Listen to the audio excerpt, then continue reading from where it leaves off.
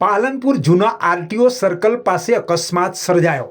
ટ્રકની brake fail થતાં 5 ગાડીઓ અડફેટે લેતા 8 લોકો ઈજાગ્રસ્ત થયા હોવાના અહેવાલ પ્રાપ્ત થયા છે, જેમાં પાલનપુર જૂના આરટીઓ સર્કલ નજીક આ અકસ્માતની ઘટના સામે આવી હતી, જેમાં 108 મારફતે તમામ ઈજાગ્રસ્તોને હોસ્પિટલ ખાતે સારવાર અર્થે ખસેડવામાં આવ્યા છે।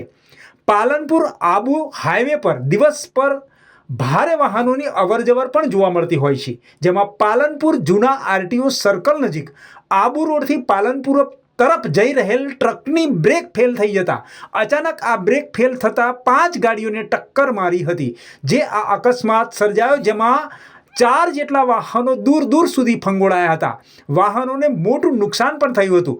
અકસ્માતમાં ઈજાગ્રસ્તોને 108 મારફતે નજીકની હોસ્પિટલ ખાતે ખસેડવામાં આવ્યા છે, પરંતુ મહત્વની વાત એ છે કે આજે રવિવારનો દિવસ હોવાથી આ માર્ગ અકસ્માતમાં વાહનોની અવર જવર ઓછી હોવાને લઈને હોનારત ટળી હતી।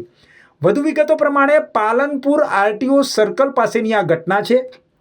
રાજસ્થાન તરફથી આવતા ટ્રક ચાલકે 5 ગાડીઓને અડફેટે લીધી હતી। 5 ગાડીઓમાં સવાર 8થી વધુ લોકો ઘાયલ થયા।